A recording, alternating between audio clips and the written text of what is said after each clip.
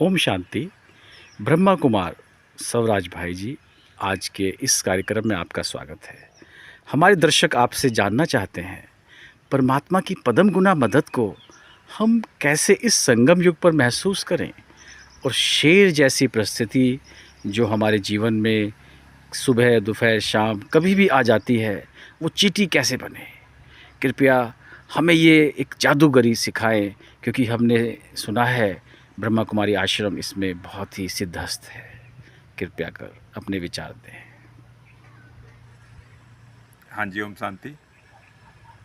आपका क्वेश्चन था कि पदम गुना बाबा से प्रेम हम किस प्रकार मदद प्राप्त करें, और जो भी हमारे समस्या प्रॉब्लम माया अटैक्स करता है उस अटैक को कैसे हम समाप्त करें अर्थात ख़त्म करें।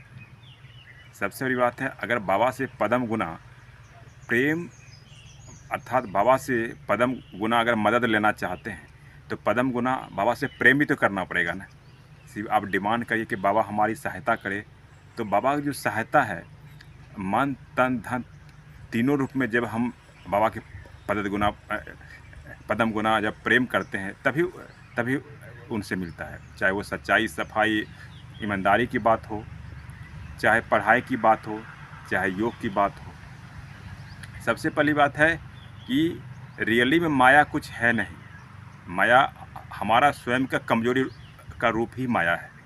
अगर हम बाबा को एक बल एक भरोसे से दिल और दिमाग से जब जब दिल और दिमाग एक ही रूप में मिला जब हम बाबा को याद करते हैं तो फिर माया हमें कुछ लगता नहीं है। जो कमजोरियां हमें फीलिंग नहीं होता है। जब हम बाबा से अपना बुद्धि जब कटिंग करते हैं तो हमें प्रॉब्लम समस्या आती है कि हमारे पास माया है, ये है वो तनाव।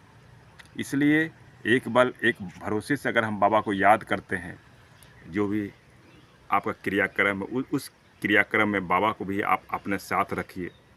जो भी आपका फिजिकली रिपोर्ट्स है वो सभी फिजिकली रिपोर्ट्स वो बाबा को भी आप सुनाइए, क्योंकि बाबा को आप अपना मित्र बनाए हैं, साजन बनाए हैं, ब्रदर, मतलब ऑल रिलेशन बाबा के साथ जब बनाए हैं तो बाबा आपका ये जान लीजिए आपका पूरा फुल लाइफ के लिए पार्टनर हो गया, एक तरह से पार्टनर हो गया। अर्थात जो कुछ भी अच्छी हो या बातें बुरी हो, सब जब बाबा से हम शेयर करते हैं कि बाबा ऐसे हुआ जो कुछ, तो फिर माया के अटैक बाबा से हम मोड़ के जब कुछ अपना कुछ क्रियाक्रम चालू कर अपना काम धाम चालू करते हैं तो माया वहाँ पे अटैक करता है।